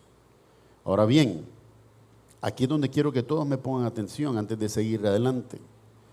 Somos tú y yo quien decidimos dónde queremos ser juzgados. Para el creyente el juicio se llama el tribunal de Cristo, 1 Corintios capítulo 5 versículo 10 o Romanos capítulo 14 versículo 10 dicen lo mismo. Porque es necesario, hermanos, que todos comparezcamos ante el tribunal de Cristo para ser juzgados por lo que hicimos en el cuerpo, sea bueno o malo, dice Pablo. Fíjense hasta eso, pues Pablo está diciendo que a veces los creyentes hacemos cosas malas, ¿verdad? Ahora, el que no es salvo tiene el juicio del trono blanco. Dice: y vi a los muertos, grandes y pequeños, venir delante del trono blanco, y un libro fue abierto, que es el libro de la obra, y otro libro fue abierto, que es el libro de la vida, y el que no fue hallado inscrito en el libro de la vida fue lanzado al lago de fuego y azufre. Esto es la muerte segunda. Oiga bien, porque también anda mucha gente hoy en su propia mente engañado, en su propia teología, y le dicen a usted: no hay infierno. Eso del infierno es invento de esos pastores para que tengas miedo. Mi amado hermano, cómprese como esta Biblia. Mire, si usted la puede ver desde ahí, tiene las palabras de Jesús en rojo. Mire, aquí está el ejemplo. Todo lo que Jesús dijo está en rojo. ¿Sabe para qué? Para que usted se dé cuenta que Jesús dio más referencias del infierno que del cielo. Y dio más referencias del infierno que del cielo. ¿Sabe por qué? Para advertirnos. Porque la palabra de Dios dice: el sabio, proverbio, dice así: el sabio ve venir el mal. ¿Y qué hace? Se aparta. Pero el insensato, dice, llevará mucha pérdida. Mi amado hermano, el tiempo viene y el mundo se burla. Oh, sí, ya va a venir Cristo. Tienen 2000 años esperándole y no ha venido. Estamos hoy más cerca de ese día de lo que estuvo Pablo hace 2000 años. Y la gente se burlará. Dice: estos son soñadores esperando a un Cristo que nunca viene. El problema es que cuando venga, entonces esos soñadores van a estar en lo correcto. Y yo que los critiqué, ahí va a ser el lloro y el crujir de dientes, dice la palabra de Dios. Mi amado hermano, hoy es el tiempo de escuchar y hoy es el tiempo de decidir. Juan 5:36, Jesucristo dijo estas palabras: en el día postrero resucitarán los unos a vida eterna y los otros a condenación eterna. Soy yo que tengo que decidir en cuál de esos grupos quiero estar. Y en esos grupos solamente puedo estar dependiendo de qué decisión tomo respecto de este Cristo. Este Cristo es incómodo. Este Cristo no es popular. Algunos de nosotros podría costarnos nuestro trabajo. Y a veces pensamos, bueno, si me van a correr, ¿qué voy a hacer, Señor? Perdóname, pero no voy a hablar de ti porque necesito proveer para mi familia. Pensamos en el hoy y nos olvidamos de la eternidad, porque Jesús dijo estas palabras: el que me negare, también yo le negaré delante de mi Padre en los cielos. Negarlo. Dice aquí, tras el segundo velo estaba la parte del tabernáculo llamada el lugar santísimo, el cual tenía un incensario de oro, que era el que una vez al año el sumo sacerdote ofrecía el incienso en el lugar santísimo después de derramar la sangre en el lugar propiciatorio. Con esto se alcanzaba el perdón para todo el pueblo de Israel. ¿Por cuánto tiempo? 1 año. Quiere decir que el próximo septiembre matar otro animalito, agarrar la sangre y volver a entrar para que vuelva a perdonar otro año más el Señor. La palabra de Dios dice que cuando Cristo fue ofrecido una vez y para siempre, el justo por los injustos, para llevarnos a Dios. Ese es el objetivo. Dice aquí, el cual tenía un incensario de oro y el arca del pacto cubierta de oro por todas partes, en la que estaba una urna de oro que contenía el maná, la vara de Aarón que reverdeció y las tablas del pacto. Ahora, estas tablas del pacto no eran las originales. ¿Sabe por qué? Porque Moisés las quebró. Las quebró cuando encontró al pueblo de Israel encendido en idolatría, adorando un becerro. ¿Usted ha leído el pasaje de ese becerro? ¿Lo ha leído? ¿Quién fue el sacerdote que le celebró al pueblo de Israel ese becerro? Aarón. ¿Y cómo llamó Aarón a ese becerro? Jehová. Qué tragedia. El primer sacerdote cometer semejante idolatría. Pero eso nos despierta, porque si un hombre como Aarón le falló, un hombre como Gustavo le puede fallar, y un hombre como todo hombre, ustedes podemos fallarle a Dios también. Y por esta razón Cristo es más que necesario para justificarnos delante de Dios. Dice aquí, dice la vara de Aarón que reverdeció y las tablas del pacto. Y sobre ella, sobre esa urna de oro, estaba una tapa que estaban 2 querubines, ¿se acuerda? Dice, estaban los querubines de gloria que cubrían el propiciatorio. ¿Por qué se llama propiciatorio? Porque al derramar la sangre en el propiciatorio se alcanzaba ¿qué cosa? El perdón. Ahora, la Biblia lo dice, Cristo es nuestra propiciación. ¿Por qué razón? Porque por su sangre nosotros alcanzamos perdón. De nuevo, Hebreos 9:23, sin derramamiento de sangre no hay remisión. Tenía un debate en Nicaragua con mucha gente que afirmaba que la salvación se obtenía por el bautismo y les decía no, porque el bautismo es por agua. ¿Quién de ustedes derramó sangre bautizándose? Ojalá que ninguno, ¿verdad? Porque sería un accidente grave, no. Y no es que yo me voy a cortar y le voy a dar mi sangre a Dios, eso es demónico. Es la sangre que Dios determinó es la justa. Cristo, dice la palabra de Dios, fue tentado en todo como nosotros, pero sin pecado. Ahora esa sangre es como delante de Dios, perfecta. Esa es la sangre que a este pecador imperfecto le puede dar salvación. Y a todos ustedes, mis amados. No crea que es que yo estoy aquí solamente para tratar de hacerlo sentir mal. No, ese no es mi trabajo. Pero hablamos la verdad diciendo esto, tú y yo somos pecadores, necesitamos ser justificados, necesitamos ser perdonados. La cultura hoy dice, ese debe tener un montón de esqueletos en el closet, ¿verdad? Porque uno tal vez es callado y dicen, los callados son los más peligrosos. Pero lo que están diciendo en verdad es que hay cosas de esa persona que no conocemos, que no sabemos. Y por lo tanto, si esas cosas no son buenas, si son malas, si son errores, si son pecados, mi amado hermano, hay perdón para ti y hay perdón para mí, hay perdón para todo el que cree. Pero ese perdón es en los términos de Dios. mediante su Hijo. Mediante su Hijo. Dice aquí, y sobre él los querubines de gloria que cubrían el propiciatorio, dice ahora el autor, de las cuales cosas no se puede ahora hablar en detalle. ¿Por qué razón? Porque le llevaría demasiado tiempo. Ya no quiere hablar en detalle de eso, ¿verdad? Pero da la indicación simplemente de que comprendamos, ese culto estaba organizado en dos partes. Lugar santísimo, lugar santo.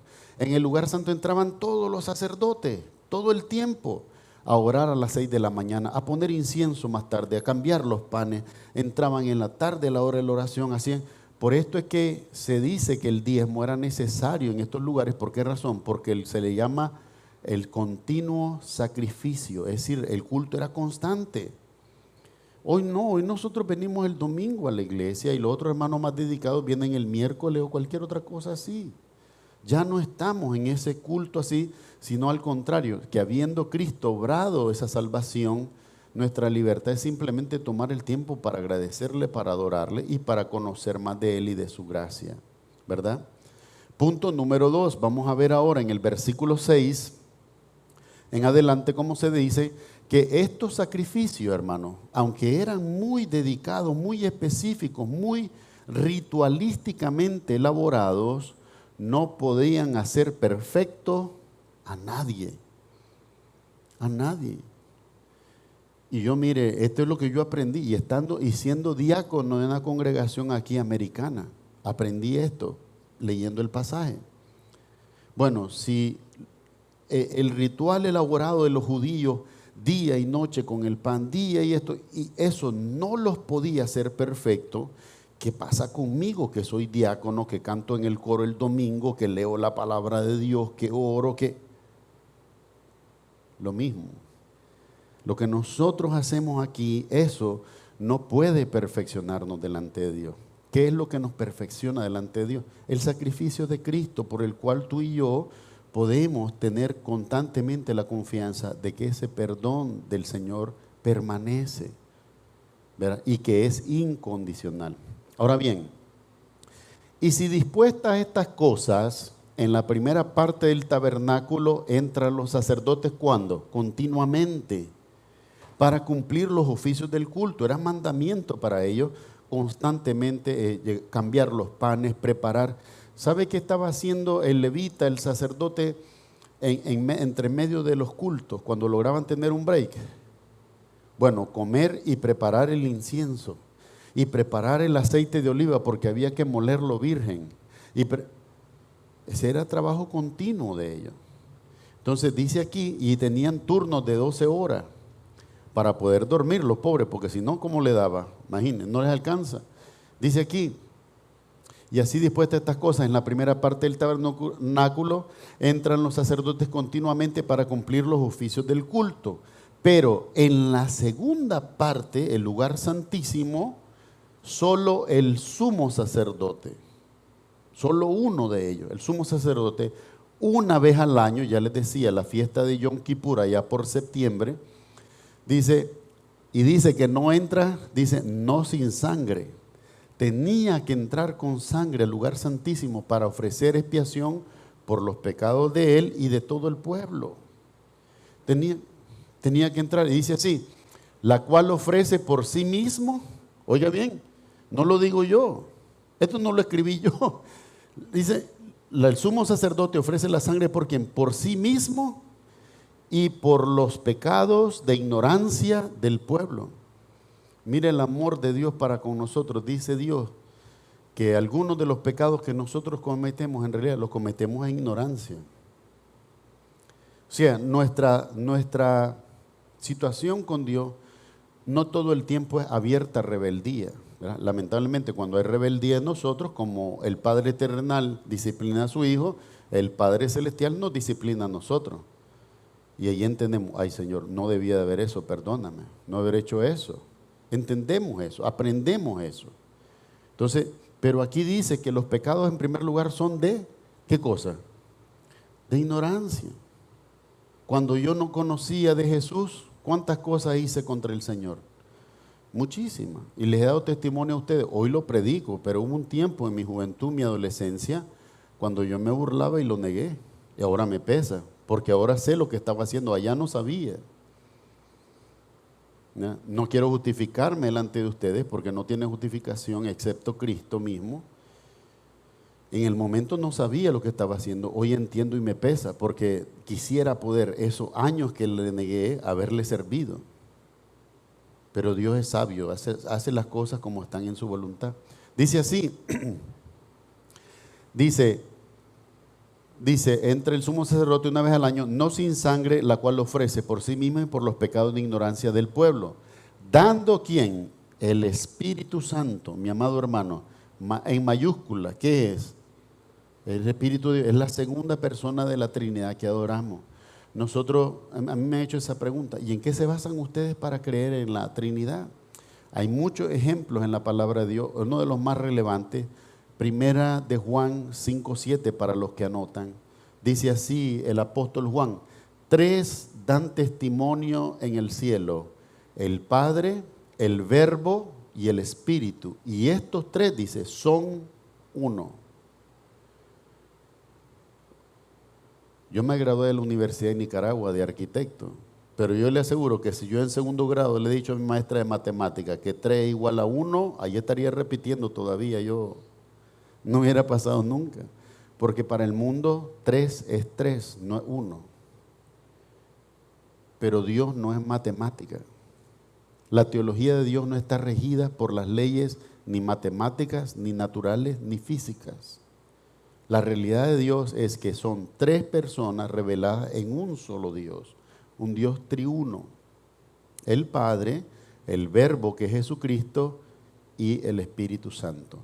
El ejemplo más relevante, y se lo diré solo como comentario, Romanos 8, capítulo 8, versículo 16, dice, el Espíritu en mayúscula da testimonio a nuestro espíritu en minúscula de que somos hijos de Dios. ¿Por qué esta diferencia? Porque Pablo en 1 de Tesalonicenses capítulo 5 versículo 20 dice así, y todo vuestro ser, espíritu, alma y cuerpo, sea guardado incorruptible para el día del Señor. O sea que nuestro ser está formado de 3 partes, amados hermanos, espíritu, alma y cuerpo. Romanos 8:16 lo que dice que el Espíritu de Dios, la persona del Espíritu, da testimonio a nuestro espíritu, una parte de nuestro ser, de que somos hechos hijos de Dios. Entonces dice aquí, dando el Espíritu Santo, la segunda persona de la Trinidad, dando el Espíritu Santo a entender con esto que aún no se había manifestado el camino al lugar santísimo. Quiere decir, todo el tiempo que se celebró hasta Cristo, se celebró porque no se había revelado cuál era el camino. ¿Usted ha pensado en esto? Cuando Cristo es ofrecido en la cruz del Calvario y muere, ¿verdad? Y resucita de entre los muertos, allá por el año 70, el emperador Vespasiano entra con todas sus tropas en Jerusalén y desbarata el templo, y las palabras del Señor Jesús que había dicho, no va a quedar aquí piedra sobre piedra que no sea derribada. ¿Sabe qué cuenta la tradición?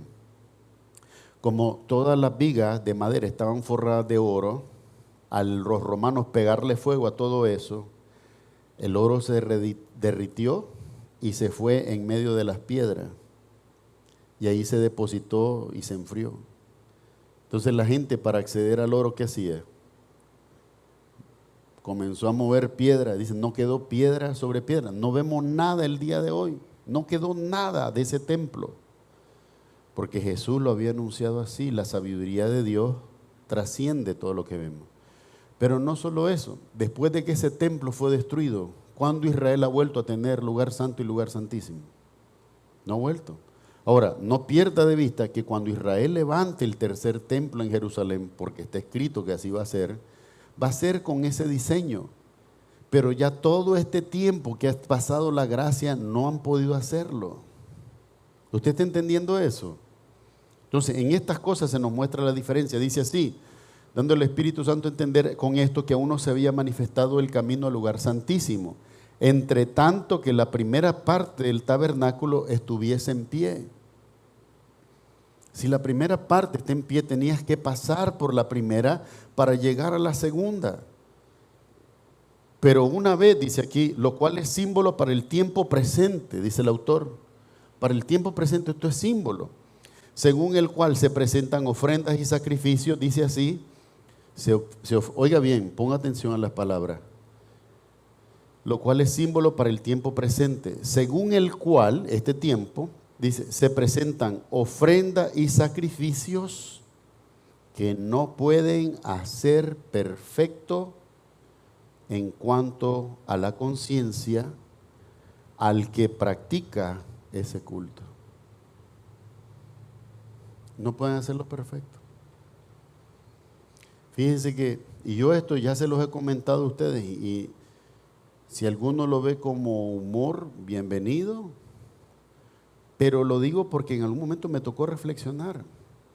Iba yo, porque casi obligado, porque en realidad, si soy honesto, no quería ir a la iglesia católica, y estaba en el momento del culto y todo eso, y entonces comenzaba una parte donde el mismo sacerdote te orientaba y comenzabas a decir, por mi culpa, por mi culpa, por mi gran culpa, y te golpeabas el pecho. Mi amado hermano, yo salía pero más ignorante. ¿Y qué fue eso que hice? No lo entiendo. Pero entendí que había un problema, porque estaba asumiendo la culpa de algo que en primer lugar no entendía. ¿La culpa de qué? Ese problema es no entender dónde está la culpabilidad. Y la culpabilidad del hombre está en el que transgredimos la ley de Dios. Y que Dios no quiere que nos golpeemos el pecho y vayamos al mundo y hagamos desastre. No es eso lo que quiere Dios. Pero lo que quiere Dios es que en lugar de hacer sacrificios y ofrendas y cosas, vengamos humildemente a reconocer, pues si este es el camino que Dios ofreció para el perdón de mis pecados, pues lo voy a caminar. Si la consecuencia de no caminar ese camino es que por la eternidad yo voy a estar separado para siempre de mi Dios, no escojo esa opción.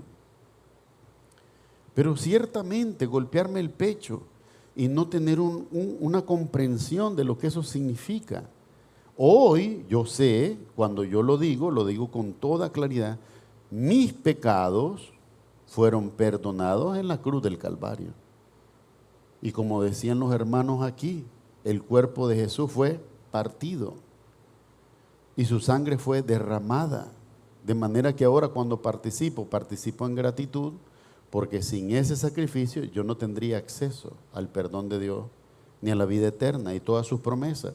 Entonces dice aquí, estos sacrificios y ofrendas no pueden hacerte perfecto.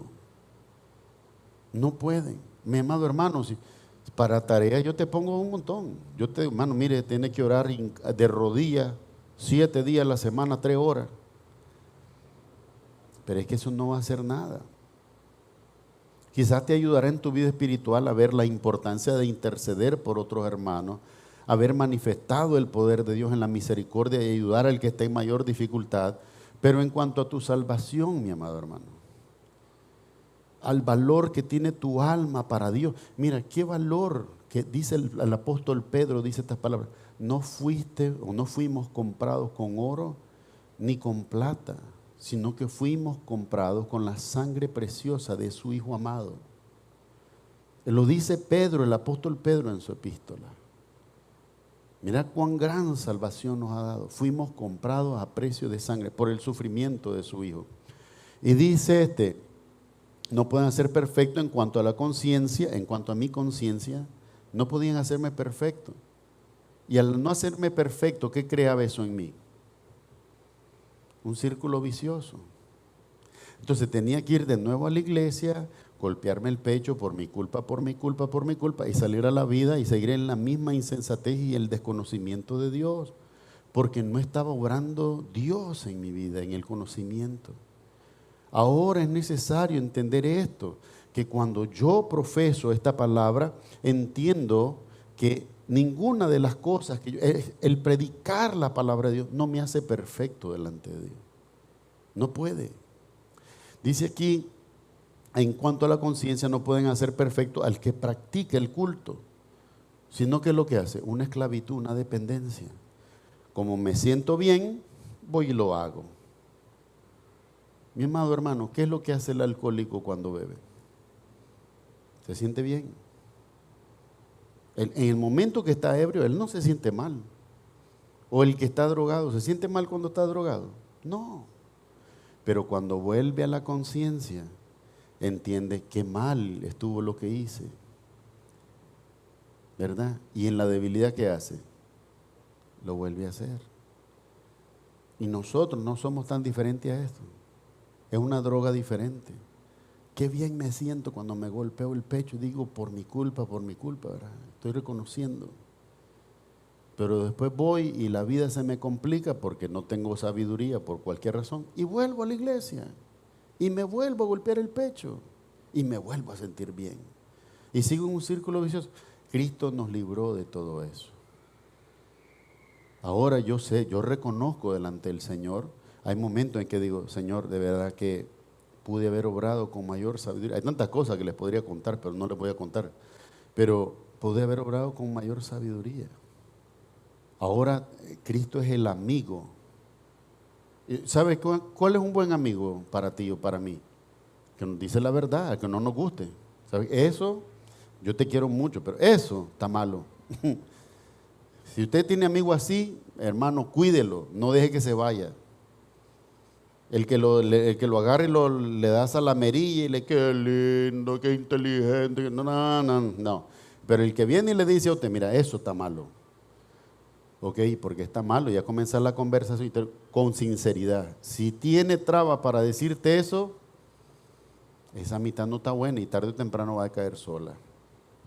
Dice aquí, ese culto, dice, ya que consiste solo de ¿qué? De comidas y bebidas. ¿Y qué más? De diversas abluciones. ¿Qué son las abluciones?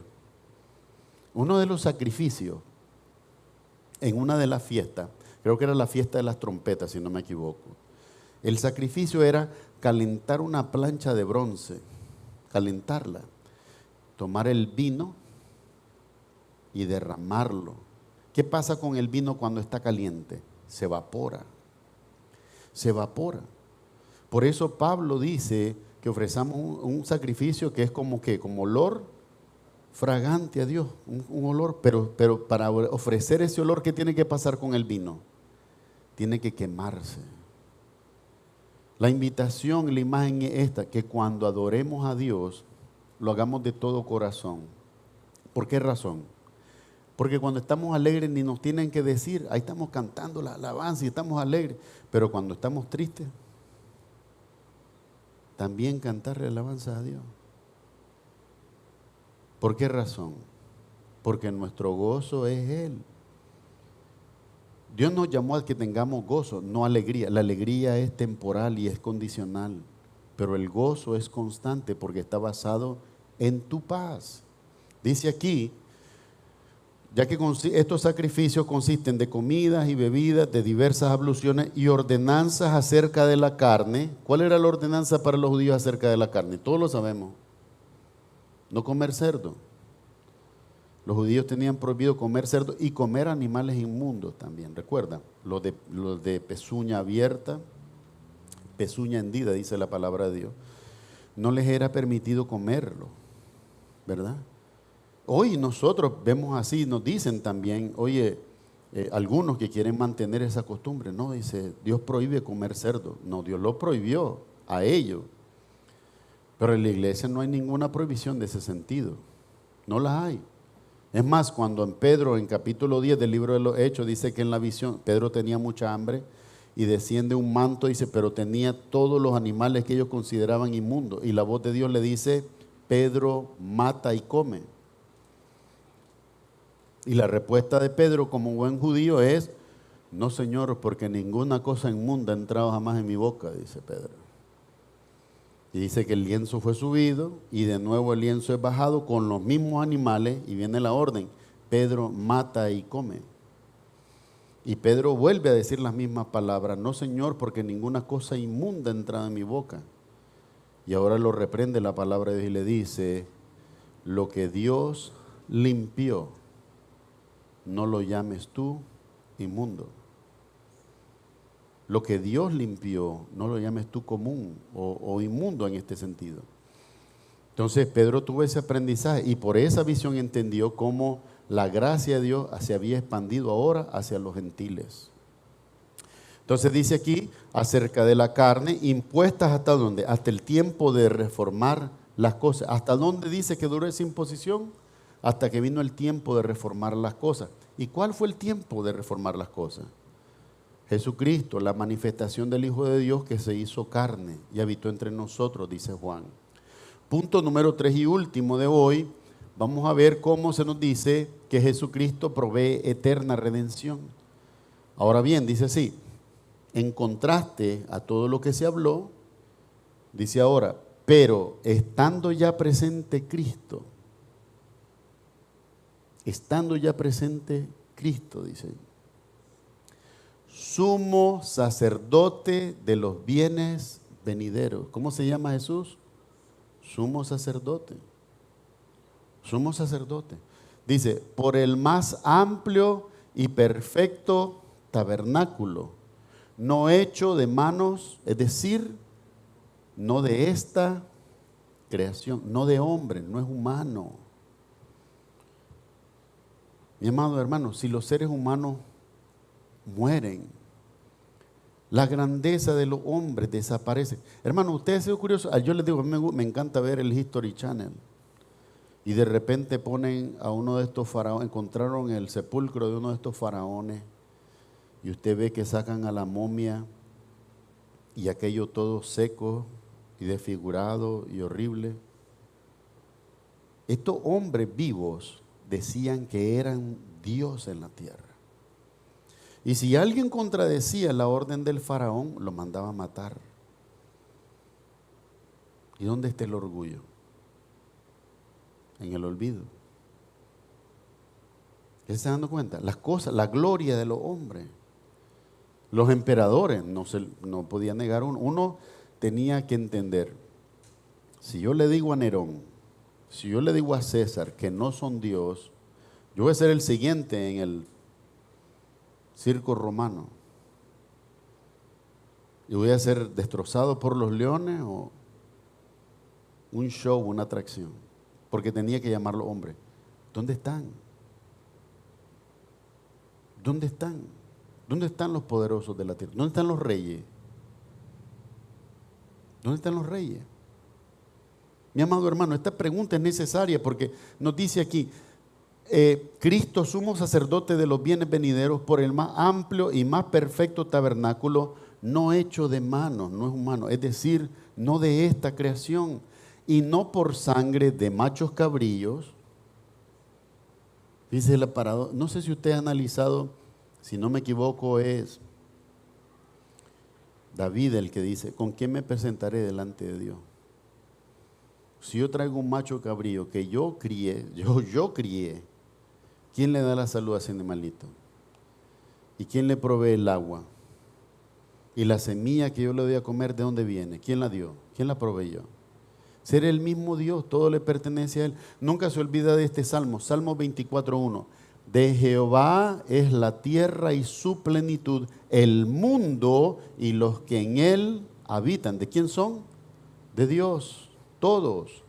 Ahora dice aquí, dice, no por sangre de machos cabrillos ni de becerros, sino por su propia sangre. Jesucristo por su propia sangre entró, ¿cuánto? Una vez y para siempre en el lugar santísimo, habiendo obtenido, no es que la obtendrá, es que ya la obtuvo, habiendo obtenido, ¿qué cosa? Eterna redención. Si Cristo Jesús es mi redentor y la redención que Él da es eterna, mi amado hermano, aquí todo ya se resolvió. Ya está resuelto. No está resuelto por mí. No está resuelto por ti. No se trata de cuánto puedas ofrendar a la iglesia, ayudar en la iglesia, trabajar en la iglesia. Aunque estas cosas son importantes para que el ministerio se mantenga, ninguna de ellas tiene que ver con tu salvación. Ninguna. Dice aquí, se presentó una vez para siempre en el lugar santísimo, habiendo obtenido eterna redención. Yo te digo hoy, por esta autoridad de esta palabra, analizando este pequeño versículo. Si tú pones toda tu fe en Cristo Jesús, la redención que Él te da es eterna, está asegurada en Él y está garantizada en Él. Porque si la sangre de los toros y de los machos cabrillos y de las cenizas de la becerra rociada a los inmundos santifican para la purificación de la carne, ¿verdad? ¿De qué son estos rituales? Quiere decir, la sangre de los toros y de los machos cabrillos, ¿qué hacían con la sangre? Entraban al lugar santísimo y la derramaban, ¿verdad?, en el propiciatorio. El resto, ¿qué hacían? Lo derramaban en el altar de los cuernos afuera, que simbolizaba la justicia. Había una mesa de bronce que tenía 4 cuernos en las esquinas que denotaban la justicia de Dios. Ahora bien, cuando nosotros vemos que dice las cenizas de la becerra rociada a los inmundos, ¿qué pasaba con esto? Luego de haber tomado la mejor carne del animal, la piel, los huesos, los cuernos, se quemaban. Y al quemarse, se quemaba hasta que se hacía ceniza. Hola señorita, ¿cómo está usted?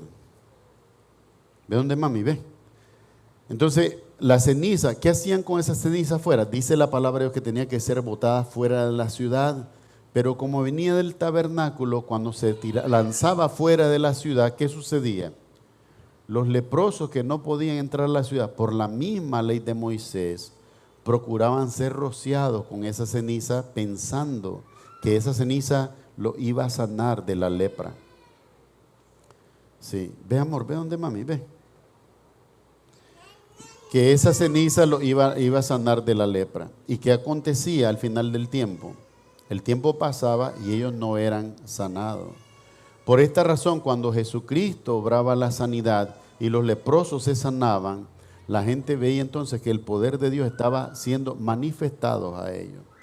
Pero dice aquí, dice que santificaban para la purificación de ¿qué cosa? De la carne. Ponga atención.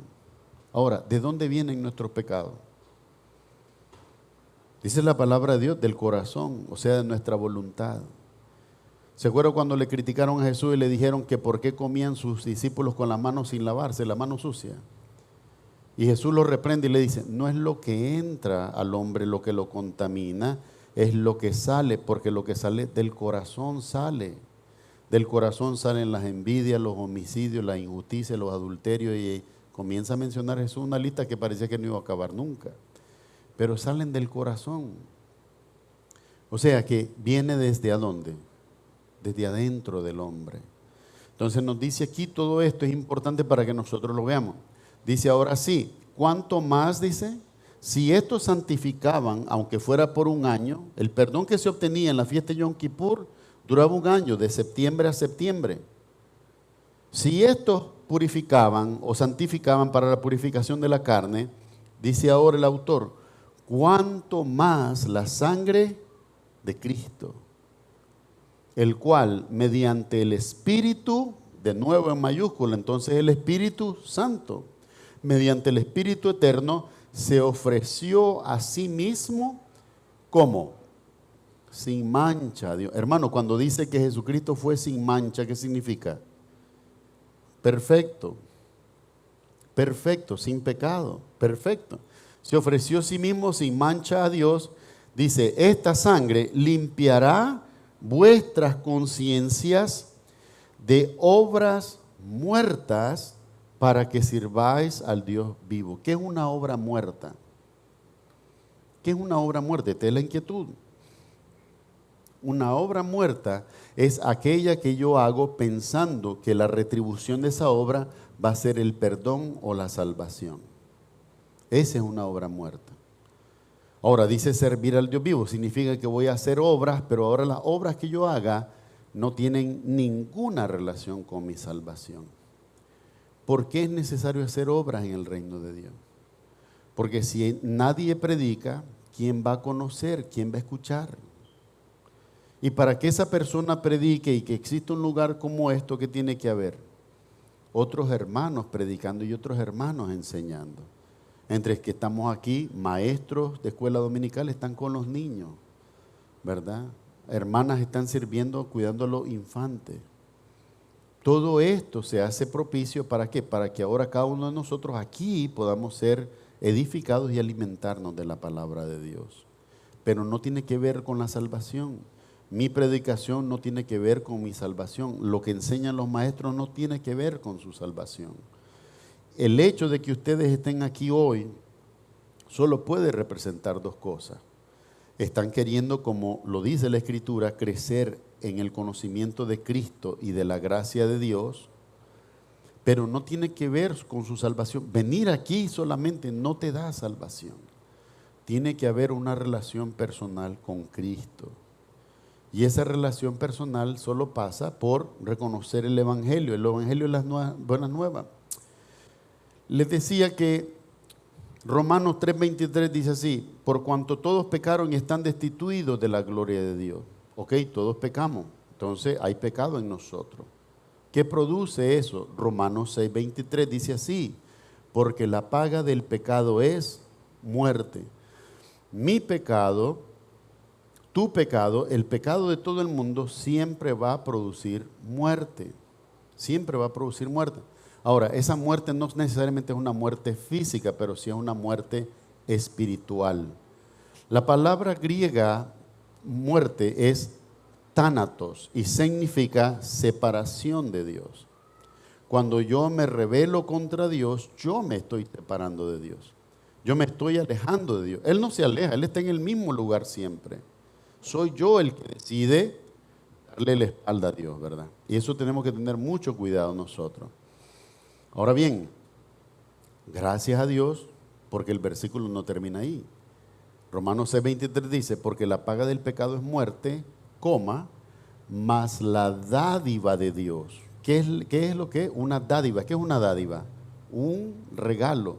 La dádiva de Dios es vida eterna en Cristo Jesús, Señor nuestro. Todos los que son curiosos anoten. Romanos 3:23, Romanos 6:23. Romanos 5:8 dice así: mas Dios muestra su amor para con nosotros en que aún siendo pecadores, Cristo murió por nosotros. ¿A ti te ha pasado alguna vez? Yo sí le voy a abrir mi corazón, se lo he abierto siempre. Hubo un tiempo, más cuando estaba soltero, ¿verdad? Ahora con los hijos uno no tiene tiempo ni para eso, pero soltero me dio depresión. Y una depresión bien profunda. Y en medio de esa depresión, creo que lo único que me sostuvo es la verdad de comprender: no importa cómo yo me siento, porque no es un sentimiento, la verdad es que Dios me amó porque entregó a su Hijo Jesucristo por mí. No se trata de sentirme amado, es el engaño del mundo. El mundo dice: yo quiero sentirme amado. No. Yo quiero saberme amado, y la forma de saberlo es por la Escritura. Romanos 5:8, mas Dios muestra su amor para con nosotros en que siendo aún pecadores, Cristo murió por nosotros. Ahora bien, ¿cómo llegamos a la salvación? Romanos 10:9-10 dice que si confesamos con nuestra boca, ¿verdad?, que Jesucristo es el Señor, y creemos en nuestro corazón, ¿verdad?, que Dios le levantó entre los muertos, entonces seremos salvos. Porque con el corazón se cree para justicia, pero con la boca se confiesa para salvación. Así que nosotros debemos de entender esta verdad. Quisiera, con el favor de todos, ¿verdad?, poder simplemente terminar con este versículo. Y es Hebreos 9:14. Dice así: cuanto más la sangre de Cristo, el cual mediante el Espíritu Eterno se ofreció a sí mismo sin mancha a Dios, limpiará vuestras conciencias de obras muertas para que sirváis al Dios vivo. De aquí en adelante, mi amado hermano, si el conocimiento de Dios vive en nosotros, ojalá que todo lo que tú puedas hacer para Dios sea para su gloria. Ojalá que todo lo que tú puedas hacer para la gloria sea para su gloria, solamente entendiendo esto: el único que puede darte salvación es Cristo Jesús, Señor nuestro. Vamos a orar. Amado Padre Celestial, en el nombre de Jesús, gracias te damos, Señor, por tus infinitas misericordias, por esta oportunidad y este tiempo en que tu palabra ha sido expuesta, Señor. Rogamos que cada oyente pueda, Señor, atesorar estas palabras en sus corazones y en sus mentes, y el resto de la obra perfecta la puede hacer tu Espíritu Santo como está prometido, Señor. Que todos podamos llegar al pleno conocimiento de Jesucristo y de la gracia bendita que nos ha sido dada en Él. Señor, que cada uno de nosotros podamos afirmarnos en la verdad, no solamente de que eres Dios, sino de que te entregaste todo por nuestra salvación. Ayúdanos a conocer la verdad, Señor, porque sin ella nadie puede glorificarte.